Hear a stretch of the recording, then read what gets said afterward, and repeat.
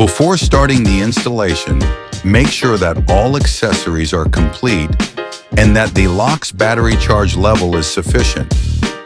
First, place the inner lock onto the door and carefully tighten the 4 inner lock screws using a screwdriver. Insert the cylinder and secure it by tightening the cylinder screw.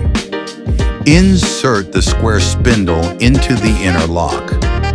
Next, attach the front panel and gently route the front handle cable toward the back.